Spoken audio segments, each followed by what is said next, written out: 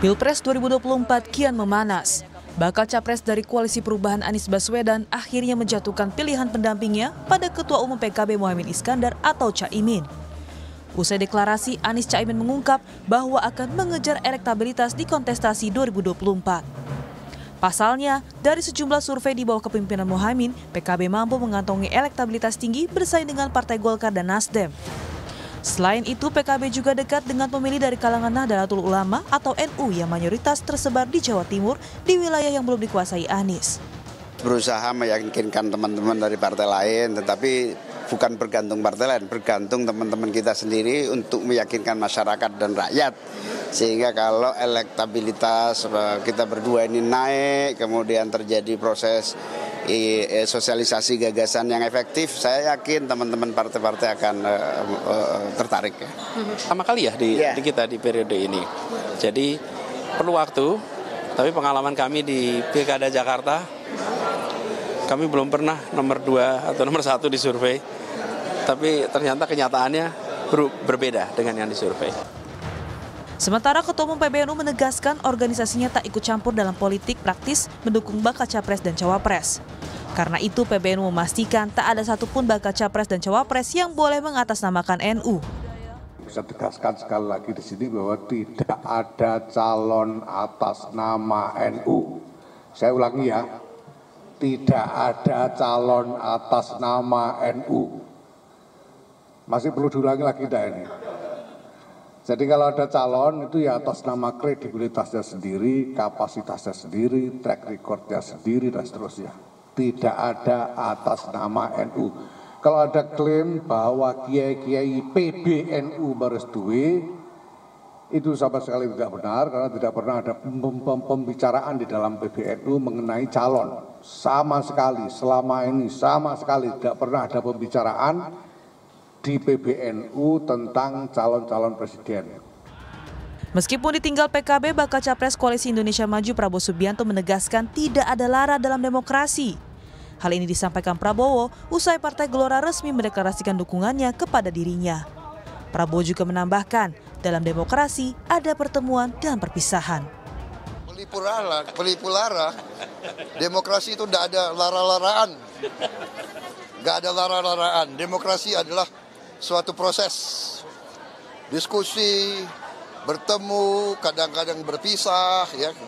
Santai aja, kita berbuat yang baik untuk rakyat. Rakyat yang menilai. Rakyat menilai setiap perbuatan, setiap ucapan, dan rakyat tidak bodoh. Rakyat tidak bisa dibohongi. Semuanya kita serahkan kepada rakyat. Tidak ada pelipur-pelipuran. Direktur Parameter Politik Indonesia Adi Prayitno mengatakan, Partai Gelora yang kini sudah resmi merapat ke baca pres Prabowo Subianto mampu mengorkestrasi kekuatan politik Islam di kalangan menengah ke atas dan perkotaan. Namun partai yang baru akan berkontestasi di pemilu ini dinilai sulit untuk merangkul kalangan Islam tradisional yang menjadi basis Partai Kebangkitan Bangsa. Dan Anies Mata saat itu adalah orang-orang penting, elit-elit kunci yang ada di PKS. Jadi ini ada semacam korespondensi historis yang mempertemukan antara Prabowo Subianto, Fahri Hamzah, dan PKS. Cuman bedanya Fahri dan Anies dulu itu ada di PKS, saat ini Fahri dan Anies itu ada di Gelora dan mendukung Prabowo. Yang kedua yang selalu menjadi pertanyaan publik, apakah Partai Gelora akan mampu mengorkestrasi kekuatan politik Islam? Jawabannya ya, cuman kan problemnya tidak terlampau signifikan. Gelora ini adalah partai baru ingin ikut pileg, baru ingin ikut pemilu, tentu basis konstituennya tidak terlampau signifikan. Kini, akankah duet Anies Baswedan Caimin mampu memenangi Pilpres 2024? Tim Liputan, Kompas TV.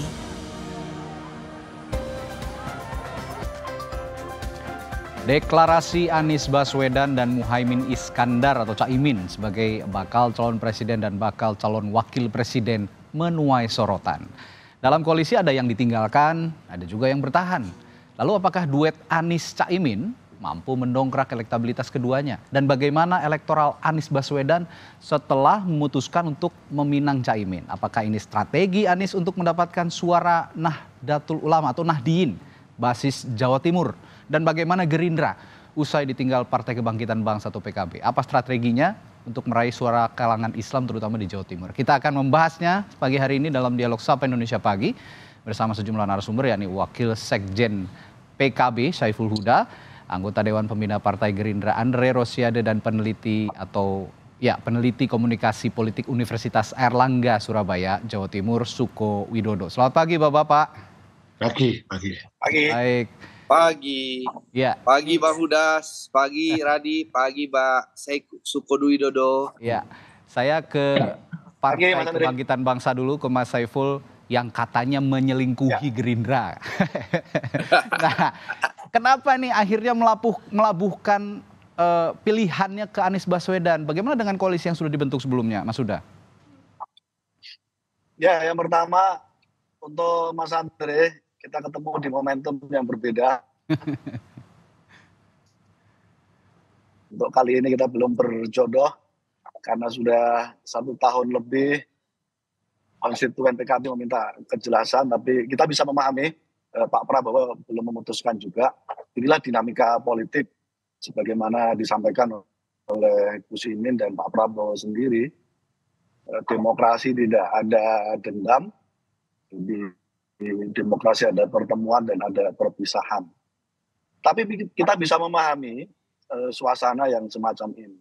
Kenapa bisa memahami? Catatannya yang pertama, Mas, sampai hari ini memang belum ada capres yang dominan elektabilitas belum ada satupun. Itulah lalu kenapa dinamika politik ini begitu luar biasa. Kenapa pula Pak Prabowo juga belum, walaupun sudah koalisi dengan kami 1 tahun lebih, juga belum memutuskan. Nah, dalam suasana begitu, semua capres, baik Mas Anies, Pak Prabowo, dan Mas Ganjar, sama-sama berpeluang, karena belum ada satupun yang dominan. Itu poin yang ingin saya sampaikan pada kesempatan yang baik ini. Oke, jadi begini Mas Saiful, dalam hubungan percintaan lah boleh dikatakan begitu. Kalau misalnya sudah disukai seseorang begitu, tapi tidak ada respon, namanya cinta bertepuk sebelah tangan begitu katanya. Apakah ini karena cinta bertepuk sebelah tangan, Caimin jadi cari pelarian gitu? Ya ibarat orang pacaran. Ada yang pacaran lama setahun 20 hari. Ya. Nggak jodoh-jodoh juga gitu. Tapi tiba-tiba ada yang hanya dalam itu sekejap, sebentar gitu. Lalu Allah mentakdirkan itu. Jadi ada proses yang panjang yang kadang kita tidak tahu berujung di mana. Tapi ada proses yang pendek. Tapi memang akhirnya sudah berbuah untuk bisa berjodoh. Okay. Jadi sekali lagi, ya inilah khas politik Indonesia. Ya, lalu kalau memang Gus Muhaimin sekarang memilih Anies Baswedan di Pilpres nanti dan menjadi pasangan Anies Baswedan, pasti ada hitung-hitungan politiknya begitu, Mas Huda. Nah, kira-kira tadi juga dari Ketua Umum PBNU, Gus Yahya Stakuf mengatakan tidak ada klaim dari kiai manapun di PBNU yang mendukung salah satu calon presiden. Nah, ini sedangkan dari PKB ataupun dari beberapa rekan koalisi ada restu dari PBNU, ada restu dari Kiai Nahdlatul Ulama untuk mengusung Caimin di Pilpres nanti. Nah, hitung-hitungannya sebenarnya seperti apa dan bagaimana Anda merespons dari pernyataan Gus Yahya tadi? Ya, kita hormati, kita taati instruksi Gus Yahya terkait dengan sikap PBNU. Memang dari dulu begitu. Secara organisasi memang PBNU tidak boleh terlibat politik, terlebih-lebih PBNU. Sikap itu pula yang diambil oleh Kiai Said, oleh Pak Hasyim Muzadi sebelumnya, semua periodisasi Ketua Umum PBNU setiap kali menghadapi Pilpres, sikapnya tegas, berdiri di atas pihak. Okay. Jadi itu wajar dan bukan sesuatu yang baru gitu. Karena dari periode ke periode semacam itu. Yang kedua, PKB dalam deklarasi kemarin di Surabaya sama sekali tidak menyebut dapat dukungan dari PBNU. Sama sekali. Okay. Karena kami juga tahu Kami tahu fatsun itu, kami tahu koridor itu. Tapi bahwa banyak kiai, pesantren, pondok pesantren, masyayikh, gus-gus gitu, sepenuhnya membackup Gus Imin itu iya gitu. Dan itu wajar. Karena Gus Imin adalah cucu dari pendiri NU. Ya. Gus Imin adalah pemilih dan adres di Jawa Timur dan Jawa Tengah melalui Partai Kebangkitan Bangsa. Jadi sama sekali tidak ada yang dilanggar.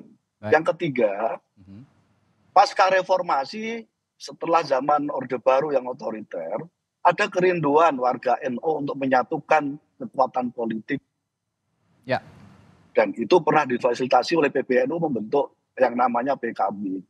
Dan pasca reformasi, pasca Gus Dur jadi presiden, kami merasa harus ada representasi dari tokoh NU untuk menyatukan kekuatan politik Nahdliyin. Dan akan kami coba dengan pasangan Mas Anies dan Gus Imin tahun 2024. Baik, sekarang saya akan ke Bung Andre Rosiade. Bung Andre, sebagai pihak yang diselingkuhi katanya, Anda merasa kehilangan suara Nahdliyin dalam manuver PKB merapatnya PKB ke koalisinya Anies Baswedan ini? Sekali lagi tentu kami menghormati ya pilihan politik Gus Muhaimin, Bang Saiful Huda dan teman-teman PKB. Tentu tidak perlu diratapi dan sedih ya, karena ini biasa dalam politik. Kami menghormati keputusan teman-teman PKB. Kami doakan teman-teman PKB sukses dan tetap berkomunikasi dengan Gerindra. Dan mari kita sama-sama jaga iklim demokrasi, tetap sehat, tetap sejuk, tetap tenang, dan insya Allah Pilpres 2024 rakyat Indonesia akan menghadapi dengan riang dan gembira. Itu harapan kita bersama. Jadi no hard feeling, komunikasi kita juga baik dengan PKB. No hard feeling kata ini. Jadi silakan, ini kayak tadi disampaikan Bang Huda, ini kayak orang pacaran, tiba-tiba dilamar duluan. Tapi kan kalau akad nikahnya nanti tunggu pendaftaran di KPU. Jadi semuanya bisa terjadi. Jadi komunikasi tetap kita akan intens dengan PKB. Itu biasa saja dalam demokrasi. Nah, sekarang Radi, pertanyaannya apa, Radi? Ya, pertanyaannya gini. Bagaimana Anda menyikapi pindahnya PKB? Apakah sependapat dengan anggapan bahwa Gerindra dan koalisinya ini atau Pak Prabowo ini kehilangan suara Nahdliyin cukup banyak? Karena saya bacakan data juga tidak hanya suara Nahdliyin ya. Karena basisnya PKB ini di Jawa Timur, nah Provinsi Jawa Timur itu punya pemilih kedua tertinggi di Pulau Jawa, 31 juta. Bagaimana Anda merespons ini? Ya, tentu saya rasa kita tidak perlu masuk kepada spekulasi seperti itu ya. Karena bagaimanapun juga kami Partai Gerindra dan seluruh partai pendukung, relawan dan seluruh pendukung Pak Prabowo akan terus berkomunikasi dan meyakinkan seluruh rakyat di Indonesia, baik di Banten, DKI Jakarta, Jawa Barat, Jawa Tengah, dan Jawa Timur, termasuk Pak Prabowo, komunikasi dengan para kiai, para ulama, para habaib, para masyayikh terus dilakukan oleh Pak Prabowo. Tentunya karena Pak Prabowo sudah puluhan tahun yang lalu ya, sejak menjadi prajurit beliau sudah sangat dekat dengan para kiai, baik yang ada di Jawa Timur maupun di Jawa Tengah. Bang Saiful Huda tahu persis lah bagaimana komunikasi yang baik Pak Prabowo, dan Pak Prabowo sangat menghormati para ulama dan para kiai yang ada di Jawa Timur dan Jawa Tengah dan seluruh kiai dan ulama yang ada di seluruh Indonesia. Bahkan kemarin Pak Prabowo juga menjadi ketua panitia pertemuan Sufi sedunia bersama Habib Lutfi. Jadi komunikasi dan hubungan Pak Prabowo sangat baik dengan seluruh ulama, seluruh kiai dan masyayikh yang ada di seluruh penjuru tanah air. Jadi kita tidak terlalu khawatir, kita hormati pilihan PKB. Kan ini baru lamaran, akadnya kan belum. Jadi tidak usah terlalu khawatir berlebihan. Politik itu sangat-sangat dinamis. Kita hormati pilihan PKB, tapi komunikasi kita dengan PKB juga masih sangat baik. Betul kan Bang Huda? Jadi politik itu cair. Jadi persaudaraan itu harus kita jaga. Baik. Itulah politik Gerindra politik yang mempersatukan, Baik. yang merangkul bukan memukul, yang mempersatukan bukan memecah belah. Itulah politik Pak Prabowo, itulah politik Partai Gerindra. Seperti itu. Ya, narasi Bung Dan Andre. saat ini alhamdulillah meskipun PKB sementara saya kasih catatannya, sementara ya. ke sebelah, kita dalam hari Minggu lalu kita menerima dukungan Partai Garuda dan Partai Gelora. Alhamdulillah, insya Allah setelah ini komunikasi kita semakin intens dengan teman-teman Demokrat, dengan teman-teman PSI. Insya Allah mudah-mudahan Demokrat dan PSI bisa bergabung dengan Koalisi Indonesia Maju. Harapannya seperti itu. Setelah itu kita nantikan kembalinya PKB insya Allah bersama Koalisi Indonesia Maju. Nah, yang menarik tadi juga Anda menyebutkan ada Partai Gelora dan juga Partai Garuda. Nah, kita ketahui Partai Gelora ini juga berbasis Islam gitu. Selain itu ada PBB juga di koalisi Anda ya, Bung Andre. Ini basisnya juga Islam, dan yang di parlemen, partai parlemen ada Partai Amanat Nasional. Basisnya juga ya relatif basis Islam gitu. Nah, apakah 3 partai ini, PAN, PBB, lalu Partai Gelora, bisa menggantikan suara basis Islamnya dari PKB atau tidak kalau hitung-hitungan politiknya menurut Anda, Bung Andre? Ya, yang jelas kami akan merangkul seluruh kekuatan. Tadi saya sudah sampaikan bahwasannya politiknya Gerindra adalah politik yang merangkul, bukan memukul. Apalagi Pak Prabowo selalu menyampaikan berulang-ulang kali bahwa beliau kalau diberikan mandat oleh rakyat, beliau akan merangkul seluruh kekuatan politik. Ya. Jadi tidak akan ada yang ditinggalkan kalau Pak Prabowo diberikan mandat oleh rakyat. Jadi intinya apa? Kita akan terus berkomunikasi, kita akan terus meyakinkan seluruh rakyat Indonesia dari Sabang sampai Papua ya, untuk meyakinkan bersama-sama Pak Prabowo. Bahkan di saat kemarin Bang Huda sibuk deklarasi, Pak Prabowo itu siangnya sudah berangkat ke NTT, bertemu puluhan ribu warga perbatasan di Atambua. Ya, bagaimana memastikan warga-warga ex-tim-tim mendapat kehidupan layak di Indonesia. Pak Prabowo sampai ke perbatasan Indonesia dan Timur Timur. Itu yang dilakukan oleh Pak Prabowo kemarin. Dan alhamdulillah puluhan ribu, ratusan ribu masyarakat memberikan dukungan Pak Prabowo di Atambua kemarin. Alhamdulillah. Jadi intinya apa? Terus optimis, terus berkonsolidasi dan terus berkomunikasi. Ya. Jangan sampai perbedaan pilihan sementara kita putus silaturahim. Insya Allah silaturahim kami dengan PKB akan tetap terus terjaga. Insya Allah. Poin komunikasi akan saya garis bawahi karena kita akan tanyakan juga ke Pak Suko. Ini soal komunikasi politik yang salah dari PKB dan Gerindra hingga akhirnya berpisah atau seperti apa menurut kacamata Anda, Pak Suko? Ini bukan salah dan benar, tapi saya kira memang begitulah dinamika seperti kata Mas Andri. Komunikasi itu proses, jadi tidak berhenti satu titik, terus berjalan. Tapi kalau saya lihat di Jawa Timur memang reasoning utamanya adalah ketika yang saya dengar adalah asumsi bahwa Pak Anies agak tidak banyak mendapatkan angka di Jawa Timur dan karena itu diungkapi oleh Pak Caimin. Ya. Yang menjadi catatan bahwa ya baik ketua di Jawa Timur saya Pak Sadat, Pak Sarmuji, kemudian BKB-nya Pak Halim itu sama-sama NU juga gitu loh. Ya sebetulnya ini seperti sebuah keluarga besar. Saya kira di Jawa Timur juga hal biasa ya dalam tarik menarik semacam itu. Tetapi keputusan memang mengagetkan ya, tidak pernah diduga ketika kami diskusi di kampus pun juga tidak menduga siasat apa ya, pikiran-pikiran menuju ke situ. Saya kira ini yang penting bahwa keputusan itu jangan buat baper itu aja lah. Jadi hal biasa saya kira begitulah ke depan. Baik, Pak Suko sebagai peneliti komunikasi politik di Jawa Timur khususnya karena Anda dari Universitas Airlangga di Surabaya, Jawa Timur. Tadi ada pernyataan dari Ketua Umum PBNU, Gus Yahya Holil-Stakuf, bahwa PBNU tidak sama sekali punya pilihan tertentu terhadap calon presiden. Jadi tidak akan ada pernyataan dari PBNU secara resmi, kami mendukung si A dan si B. Tapi kita lihat di data pemilu 2019, PKB punya suara yang terbesar di Jawa Timur, ada 4,2 juta suara. Nah, dari pernyataan Gus Yahya dan dari fakta bahwa PKB punya suara terbesar di Jawa Timur, Apa yang tersirat dari pernyataan tadi, Pak Suko? Ya, saya kira ini kan mengingatkan ulang bahwa dari dulu kan NU memang kembali ke kiprah. Jadi ya tidak boleh duplikasi misalnya kepengurusan NU dengan PKB secara seperti itu.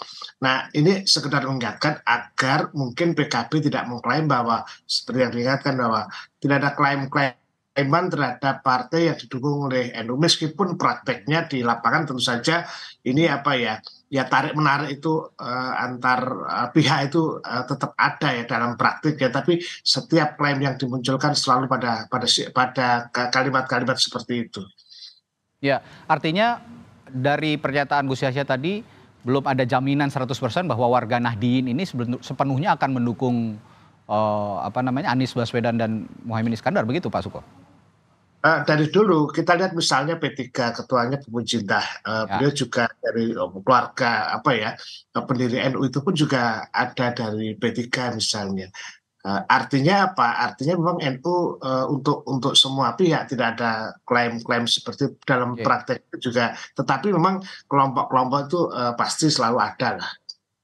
Kelompok-kelompok itu seperti suara-suara individu Nahdien itu akan tetap ada begitu ya Pak Suko ya? Selalu ada seperti itu. Nah, ini juga menarik, berarti ya belum 100% lah begitu ya. Nahdien ini akan mendukung secara otomatis Muhaimin Iskandar dan juga bakal calon presidennya Anies Baswedan di pemilu. Tetapi yang perlu dicatat bahwa memang PKB menjadi pemenang nomor 2 sekitar 4.200.000. Kalau hitung-hitungan sebetulnya ketiganya akan sama. Pada awalnya Gerindra pun kalau digabung dengan Golkar dengan PAN itu hampir 6 juta berapa. Tapi posisi PKB kalau dengan PKS dan satu lagi PKB plus Nasdem itu sekitar 7 juta berapa. Jadi angkanya itu agak perolehan dari kalau kita menuju 2019 itu relatif hampir sama, seimbang lah kira-kira. Oke. Nah, saya juga akan menanyakan pertanyaan yang sama tadi, saya juga sempat menanyakan ke Bung Andre. Ada Partai Gelora, ada Partai Bulan Bintang, dan juga partai parlemennya di koalisi Prabowo Subianto ada Partai Amanat Nasional. Apakah 3 partai ini yang relatif punya basis Islam bisa menggantikan posisi PKB di koalisi mereka, Pak Suko? Saya kira karena kan belum teruji juga ya. Misalnya Gelora juga belum dapat. Setidaknya ada Partai Amanat Nasional di parlemen begitu Pak Suko. Ya. PAN cukup kuat juga. Artinya gini loh, beberapa partai misalnya kayak PAN, kayak PKS itu meskipun relatif dia di urutan ke-5 atau 6, tetapi mereka unggul itu apa istilahnya, kuat ya, solid itu, soliditas itu. Saya kira itu kekuatan yang luar biasa di tengah-tengah floating mess seperti ini. Mereka bisa menjadi unsur bagi sekitarnya istilahnya. Baik, Bung Saiful Huda, soal behind the scene bagaimana Gus Muhaimin ini bisa akhirnya merapat ke koalisinya Anies Baswedan dengan Partai Nasdem dan juga Partai Keadilan Sejahtera. Bagaimana behind the scene-nya dalam hitungan minggu mereka bisa langsung bersama dan akhirnya mendeklarasikan diri. Apa yang terjadi, Mas Huda? Ya,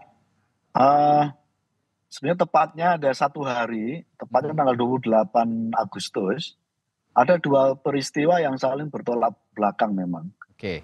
Yang peristiwa yang pertama adalah PKB melaksanakan Rakornas yang dihadiri oleh semua ketua DPW dan Zoom ketua DPC seluruh Indonesia. Itu terjadi pada siang hari. Waktu itu Gus Imin menyampaikan dalam sambutannya, dalam pidato politiknya, Rakornas kali ini kita tidak akan mengevaluasi menyangkut soal Pilpres. Karena di dalam Pilpres kita tetap solid dengan koalisi KKIR bersama Gerindra. Ini pilihan yang sudah kita tetapkan. Nah, kemudian malam harinya kami menghadiri rapat, perayaan HUT PAN, dan memang jujur harus diakui Pak Muhaimin kaget karena disampaikan oleh Pak Prabowo ada rencana untuk membuat nama koalisi baru. Nah, dalam pikiran Gus Imin, ketika koalisi baru di launching itu artinya berarti KKIR secara otomatis dibubarkan. Nah, itu ada peristiwa yang begitu. Jadi siang harinya begitu, malam harinya semacam itu. Itu yang pertama. Yang kedua, secara suasana politik, saya kira Mas Andri tahu persis suasananya seperti apa dan saya kira tidak perlu didiskusikan pada kesempatan ini. Tapi prinsipnya kita saling menghargai. Pak Prabowo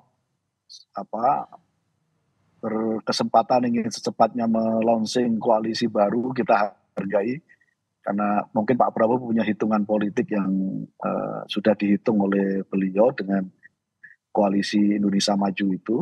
Nah, dalam suasana itu memang di dalam internal PKB bergolak karena Gus Imin harus mempertanggungjawabkan pilihan ketika bergabung dengan Gerindra, terus kemudian saat yang sama harus menerima koalisi Indonesia Maju yang baru saja waktu itu hari Senin di-launching oleh Pak Prabowo.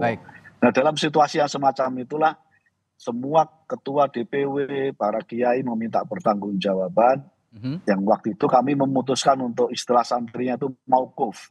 Mauquf itu berdiam, tetap di posisi yang sama, gitu. Nah, dalam proses itulah lalu kemudian ada dinamika yang berkembang sampai hari ini. Baik, Mas Huda, ada fakta seperti saya contohkan di survei Litbang Kompas yang paling baru kemarin. Ini ada beberapa tokoh bakal calon wakil presiden yang Litbang Kompas survei. Itu nama Gus Muhaimin tidak muncul ke permukaan setidaknya di 5 besar begitu. Dan elektabilitasnya sepertinya masih sangat kecil untuk diusung menjadi bakal calon wakil presiden. Nah, adakah komunikasi antara Gus Muhaimin dan Anies Baswedan? Mengapa memilih Gus Imin? Pasti ada risiko yang ingin ditanggung karena memang Gus Imin faktanya belum terlalu tinggi elektabilitasnya. Bagaimana Anda merespons hal ini? Ya, Pilpres kan tidak hanya satu-satunya ukuran elektabilitas. Itu kan hanya satu dari bagian-bagian lain untuk melihat dan memotret Pilpres. Saya kira Mas Suko lebih paham untuk menjelaskan soal itu. Nah, dalam suasana begitu, kami merasa masih banyak faktor yang akan menjadi momentum untuk bisa dikonsolidasikan untuk memenangkan Pilpres. Seperti salah satunya yang saya sampaikan tadi, sampai hari ini belum ada satupun capres yang dominan 51% elektabilitasnya. Bahkan cenderung stuck, tidak naik-naik. Dan lebih-lebih belum ada yang melampaui 40%. Itu artinya masyarakat Indonesia masih terus melihat-lihat apa yang akan sedang terjadi dalam Pilpres 2024. Yang kedua, Mas, kalau kita lihat lebih detail lagi, segi hasil survei, masih ada 47% sebenarnya yang swing voters. 13% belum menentukan sikap, undecided voters. Selebihnya, misalnya ada yang sudah memilih Mas Ganjar, memilih Pak Prabowo. Ketika ditanya ulang apakah pilihannya sudah tetap, fix, jawabannya belum. Totally itu 47% lebih. Ditambah dengan undecided voters itu. Artinya masyarakat belum menjatuhkan pilihan final. Itu artinya masyarakat masih menunggu apa saja yang akan dilakukan oleh pasangan capres ini. Dan kami mengambil pilihan untuk secepatnya mendeklarasikan dan kami akan secepatnya menawarkan berbagai agenda-agenda perjuangan yang semoga bisa diterima secara baik oleh masyarakat Indonesia. Baik, mengambil suara-suara swing voters atau pemilih yang masih mengambang itu juga tidak mudah dan upaya-upaya konkret harus segera dilakukan. Nah, saya juga akan menanyakan sebelum nanti saya ke Bung Andre, saya akan ke Pak Suko dulu karena tadi Mas Huda mengatakan Pak Suko lebih paham soal pertanyaan saya terkait mengapa Anies Baswedan begitu berani mengambil keputusan untuk berdampingan dengan Gus Muhaimin Iskandar dalam Pilpres nanti. Apa hitung-hitungan politiknya? Kacamata Anda, Pak Suko, mengapa begitu berani Anies Baswedan ini mengambil keputusan untuk berdampingan dengan Gus Muhaimin Iskandar? Ya, publik atau para ahli melihat bahwa Jawa Timur memang battle ya, tempat pertempuran lapangan yang luar biasa. Nah, angka Pak Anies itu kan tidak terlalu bagus di Jawa Timur. Nah, sadar betul bahwa PKB ini kan punya infrastruktur politik yang luar biasa ya, bahkan sampai pada posisi desa. Nah, sebetulnya dugaan saya mengapa mengambil itu karena mesin politiknya ini, dan kita tahu bahwa PKB di dalam terakhir itu Caimin sangat intensif dan pergerakannya sampai bukan lagi kecamatan sampai desa. Nah, itu yang kayaknya mau diambil oleh Pak Anies sehingga bisa meningkatkan posisi Pak Anies di Jawa Timur. Jadi infrastruktur PKB yang sampai bawah itulah yang saya kira diyakini sebagai modal untuk meningkatkan elektabilitas. Oke, bolehlah dikatakan infrastruktur PKB ini kuat hingga sampai ke desa-desa begitu ya Pak Suko. Tapi kenapa ini tidak berbanding lurus dengan elektabilitasnya Muhaimin Iskandar? Di beberapa hasil survei elektabilitasnya masih rendah, bahkan tidak masuk 5 besar begitu. Bagaimana Pak Suko? Ya, memang betul dinamika ya. Ini yang tadi disebut Mas Huda adalah proses ya. Setidaknya menggunakan efek kejut yang kemudian bisa menggerakkannya di dalam konteks komunikasi politik. Biasanya ada magnet-magnet yang kemudian dimunculkan dalam titik tertentu. Nah, waktu yang tinggal 150 berapa hari ini yang kemudian digunakan benar-benar untuk menggerakkan. Jadi ini pun juga menurut saya adalah trial and error juga ya melakukan itu, karena juga menunggunya lama. Saya kira bukan ketidaksabaran, tapi PKB harus menentukan sikap untuk menggerakkan itu di dalam ruang yang agak sepi terakhir-terakhir ini, karena kita tahu bahwa di dalam diskusi publik itu kan semuanya hanya pertarungannya di presiden, di elitis. Ya. Tapi ketika mesin politik digunakan, maka dia diturunkan sehingga berusaha untuk mencari relasi yang real. Ya. Jadi kalau dalam konteks komunikasi ada public outreach communication, maka selama ini hanya komunikasi, tetapi PKB atau Pak Anies melakukan public outreach, jadi tindakan nyata. Hasilnya ya kita lihat nanti ke depan. Baik, yang saya tangkap efek kejut ini juga seperti pernyataan yang berulang kali diungkapkan oleh Anies Baswedan, bahwa di Pilkada DKI juga sebelumnya dia tidak punya survei yang bagus begitu, tapi bisa memenangkan Pilkada DKI. Nah, apakah ini nanti akan berbanding lurus dengan Pilpres? Rakyatlah yang akan menjawabnya, dan upaya dari partai-partai koalisi yang nanti akan bisa menjawabnya. Nah, saya akan ke Bung Andre. Bung Andre, ini bagian lain dari bahasan kita masih soal berpisahnya PKB dengan partai Anda, dengan Partai Gerindra untuk mengusung Pak Prabowo Subianto. Ada anasir-anasir di luar sana, ada upaya memecah belah koalisi dengan memasuknya PKB ke koalisi Anies Baswedan. Dan juga ini Gus Muhaimin ini mengusung bakal capresnya Anies Baswedan ini sebagai upaya untuk memecah belah koalisi yang Anda bangun selama ini. Apakah Anda punya anggapan juga seperti itu, Bung Andre? Gimana? Memecah belah koalisi kami? Ya, ada upaya dari pihak luar koalisi yang sekarang namanya Koalisi Indonesia Maju ya, Pak Prabowo mengatakan itu. Ya. Nah, sebelumnya koalisi KKIR itu tadi, ini masuknya Caimin ke Anies Baswedan ini sebagai upaya untuk memecah belah koalisi Anda. Anda sependapat dengan itu? Oh, begini. Pertama saya ingin menyampaikan lagi bahwa menanggapi pernyataan Bang Huda dulu ya, bahwa Caimin, Gus Muhaimin tidak keberatan dalam perubahan nama waktu malam tanggal 28 itu. Waktu itu Pak Prabowo memberitahukan ke Pak Erlangga, Pak Zulhas, Prof. Yusril, ya memang Gus Muhaimin agak terlambat datang di acara PAN itu. Tapi waktu datang langsung dipeluk, diinformasikan ke Gus Muhaimin bersama-sama, dipeluk loh sama seluruh ketua umum partai, dan Gus Muhaimin tidak keberatan. Bahkan beliau dalam pidatonya juga menyampaikan tidak keberatan. Saya ingin garis bawahi dulu soal kagetnya. Yang jelas beliau tidak keberatan. Di dalam pidato beliau di acara PAN itu beliau tidak keberatan. Itu satu. Lalu yang kedua, ya kami tentu tidak ingin berandai-andai apakah koalisi kami akan dipecah belah atau dihancurkan. Itu kan pernyataan Radi yang jelas, kami tidak ingin berandai-andai dan tidak ingin punya persepsi seperti itu. Karena kami yakin semua koalisi ini ada koalisi merah putih ya. Kita semua akan bersatu untuk membangun bangsa dan negara. Yang jelas tugas kami apa sekarang? Tugas kami terus memperkuat ya dan mengajak masyarakat untuk bersama-sama dari Sabang sampai Merauke untuk terus memilih Pak Prabowo. Itu pertama. Kedua, saya melakukan konsolidasi dan mengajak masyarakat itu terus kita melakukan komunikasi yang baik dengan seluruh partai.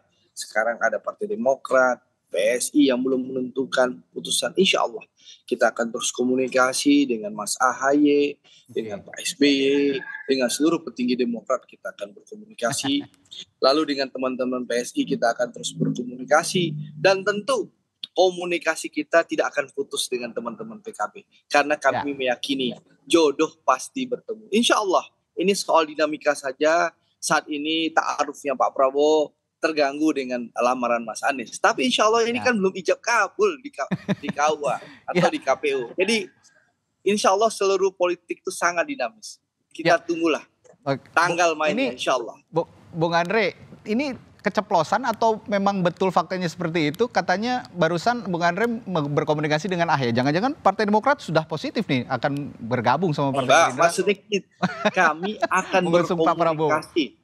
Jadi kami akan berkomunikasi dengan Demokrat, akan berkomunikasi dengan Mas AHY, Mas Ibas, Pak SBY. Tentu kita akan buka komunikasi, kita akan buka diskusi.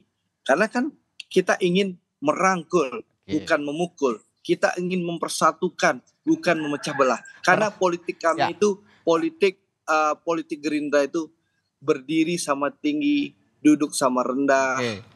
Dan tidak ada politik seranting. Merangkul PKB tahu persis lah. Tahu persis 12 bulan bersama kami disampaikan oleh Gus Jazil, oleh Kang Cucun dan juga Bang Huda, koalisi bersama Gerindra. Gerindra tidak pernah mengkhianati dan meninggalkan kawan seperjuangan. Jadi duduk sama rendah, berdiri sama tinggi, tidak ada politik tinggi seranting. Jadi nyaman insya Allah komunikasi dengan Pak Prabowo dan Partai Gerindra. Ya, ngomong-ngomong merangkul, tadi mengarangkul yang terhianati juga, yang dihianati oleh Partai Nasdem dan koalisinya. Ini nanti coba dirangkul oleh Gerindra sepertinya begitu. Saya akan PKB juga insya Allah kita rangkul terus. Gitu ya. Iya, kita akan bergandengan tangan terus, sabarlah.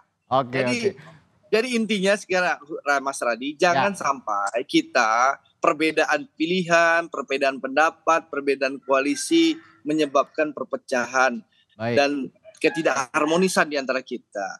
Kita jaga terus komunikasi, silaturahmi, karena sekali lagi Radi, membangun bangsa dan negara ini harus dilakukan secara bersama-sama dengan semangat gotong royong. Jadi kalau Pak Prabowo pun jadi presiden, insya Allah PKB ada di kabinet Pak Prabowo. Baik, kita masuk ke putaran akhir dialog kita pagi hari ini. Saya ke Mas Huda. Mas Huda, ini pertanyaan saya terakhir untuk Anda. Ada juga publik yang menganggap ini kan namanya koalisi perubahan untuk persatuan begitu ya. Koalisi yang Anda bangun sekarang ini bersama Partai Nasdem, Partai Keadilan Sejahtera meskipun belum jelas ini sikapnya, nanti menunggu Majelis Syuro katanya, dan PKB dan juga partai-partai lain di luar parlemen yang ingin bergabung. Tapi katanya publik ini mengatakan katanya koalisi perubahan, tapi kok di dalamnya masih orang-orang yang sama begitu. Partai Nasdem mengusung pemerintahan saat ini dan juga PKB. Bagaimana respon Anda soal ini? Ya, perubahan itu kan dimulai dari existing yang sekarang ada. Nah, dalam qawaidul fikih, dalam tradisi santri ada yang disebut dengan al-muhafadzatu ala qadim shalih wal ahadu bi tajdidil aslah. Jadi itu yang menjadi pegangan kami, kenapa itu juga menjadi landasan kami bergabung dengan teman-teman Nasdem dan Mas Anies, mempertahankan yang lama, yang baik, dan mengambil yang baru yang lebih baik. Jadi yang lama tidak dirusak, itu menyalahi qawaidul fikih, menyalahi sunatullah itu. Jadi sesuatu yang baik, legasi Pak Presiden yang sudah, Pak Jokowi yang sudah ditorehkan, kita pertahankan. Saat yang sama kita mencari yang lebih baik dari apa yang sudah kita dapat. Jadi semangatnya adalah kontinuitas dan perubahan. Jadi kesinambungan dan perubahan. Itu nafas perjuangan PKB, itu nafas perjuangan para kiai, para ulama.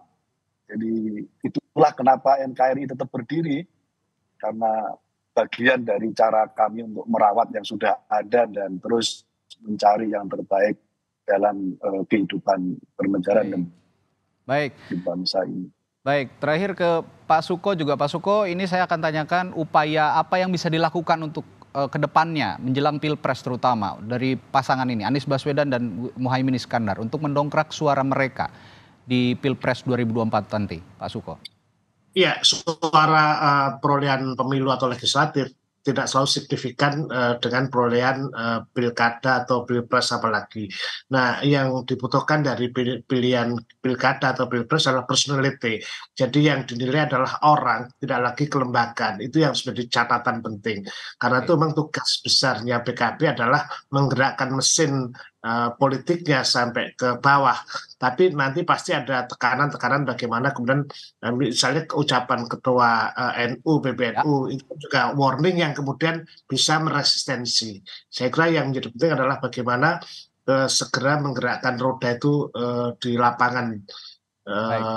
Kuncinya ada orang-orang yang di lapangan, saya kira. Dan tadi disinggung juga oleh Mas Huda ada beberapa pemilih mengambang yang bisa diraup begitu suaranya, potensinya cukup besar, tapi tergantung upaya-upaya partai-partai ini untuk meyakinkan para pemilih mengambang ini memilih mereka. Nah, tapi boleh nggak terakhir? Ya, silakan Bung Andre, singkat. Kami percaya PKB adalah bagian tim dari pemerintahan Pak Jokowi. Ya, karena kita yakin PKB akan memperjuangkan keberlanjutan. Tapi mohon maaf dengan segala hormat, Mas Anies itu sudah posisikan dirinya sebagai antitesisnya Pak Jokowi. Tentu rakyat tidak akan lupa. Itu yang saya maksud bahwa tadi. Yang bicara keberlanjutan itu ya Pak Prabowo dan Mas Ganjar. Mas Anies selama 10 bulan ini, sejak bulan Oktober ya, sudah tegas-tegas mengkritisi apapun yang dilakukan oleh Pak Jokowi. Bahkan mohon maaf dengan segala hormat, di saat seluruh dunia bahkan WHO memuji kita sebagai salah satu negara terbaik menghadapi pandemi COVID-19. Mas Anies di luar negeri malah, mohon maaf, menjelek-jelekkan kinerja pemerintah menghadapi pandemi COVID-19.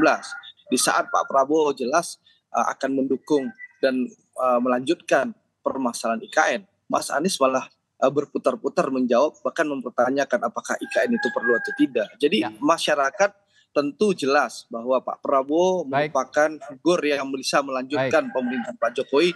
Mas Anies adalah antitesis Pak Jokowi. Jadi kita bicara fakta rekam jejak selama ini. Baik. Ada yang cintanya bersemi antara Anies dan Gus Imin. Ada juga yang merasa terhianati. Tapi yang penting Bapak-Bapak, siapapun calon pemimpinnya jangan sampai yang dihianati itu rakyat sebagai pemilih tertinggi, sebagai pemegang pemilih tertinggi ini. Nah, itu kita akan jaga bersama. Kita bisa pahami, Mas. Baik, terima kasih. Bisa pahami Andre begitu. Baik, terima kasih. Terima kasih Pak Huda. Dari Partai Bangsa, Andre Rosiade dari Partai Gerindra dan Pak Suko Widodo. Terima kasih Radi. Terima kasih peneliti komunikasi politik dari Universitas Airlangga Surabaya. Terima kasih Bapak-bapak, selamat pagi, sehat selalu.